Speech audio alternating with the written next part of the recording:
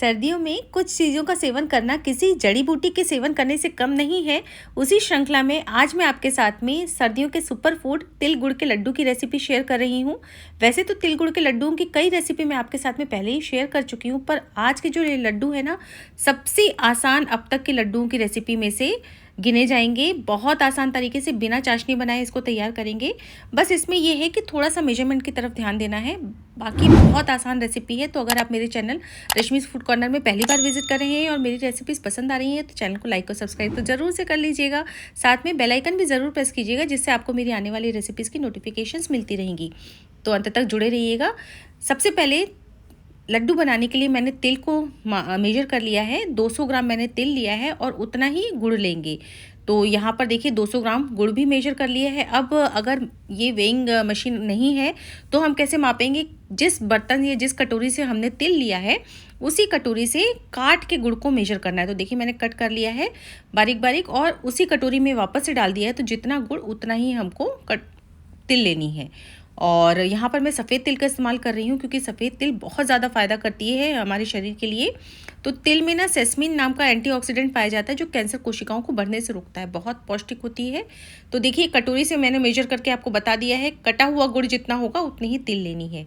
अब यहाँ पर एक पैन बिल्कुल लो फ्लेम पर मैंने चढ़ा दिया है। इसमें सारी तिल को डाल देंगे और बिल्कुल धीमी आँच पर इसको हम सेकेंगे। तो अब इसे भूनते भूनते इसके कुछ फ़ायदे भी मैं आपको गिनाते चलूँ।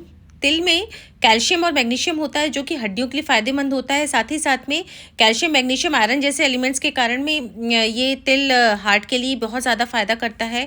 कैंसर के खतरे को कम करता है, ये तो मैंने आपको बता ही दिया। साथ में सूजन के लिए फ़ायदेमंद होता है। सूजन संबंधी समस्याएं खत्म हो जाती हैं और रोग प्रतिरोधक क्षमता को बढ़ाता है। तो देखिए धीमी आँच पे 4 से 5 मिनट मैंने इसको भून लिया है। भूनने से ना तिल थोड़ी फूली फूली सी हो जाती है। अब इसको ठंडा करने के लिए एक थाली में निकाल लिया और 2 से 3 चम्मच मैंने अलग से एक कटोरी में निकाल लिया। वो मैं आगे आपको बताऊंगी क्यों निकाला है।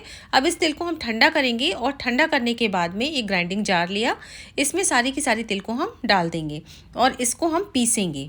तो यहाँ पर मैंने आपको तिल के इतने सारे फ़ायदे बताए हैं, तो ज़रूर से सर्दियों में इसको खाना चाहिए और खाना भी शुरू करिए। अब ये तिल मैंने डाल दी है, साथ ही साथ इसमें जो कटा हुआ गुड़ है उसको भी डाल देंगे। तो गुड़ को हमको पकाना वकाना कुछ भी नहीं है, इसको हम तिल के साथ में पीस लेंगे। तो बहुत आसानी से पिस जाता है, कोई दिक्कत नहीं आती। तो यहाँ पर देखिए मैंने तिल और गुड़ को दोनों को पीस लिया है। तो पुराने ज़माने में दादी नानी वगैरह ना इसी तरीके से बनाती थी। बहुत ही फटाफट की प्रोसेस होती है, पर ये लोग मिक्सी तो होती नहीं थी, तो खलबट्टे में इसको कूट के बनाया जाता था। तो यहाँ पर ये देखिए इसको मैंने डाल दिया है एक पैन में और साथ ही एक बोल में डाल दिया है और साथ ही साथ में जो तिल हमने अलग से निकाली थी उसको भी डाल दिया है। सभी चीज़ों को अच्छे से मिक्स करेंगे। तो वो साबुत तिल मैंने इसलिए निकाली थी, लुक बहुत अच्छा आ जाता है लड्डुओं का, बाकी कोई उसका कोई अलग से कोई कारण नहीं है। सुंदर दिखे इसलिए उसको अलग से निकाल के मैंने इसमें मिला दिया है।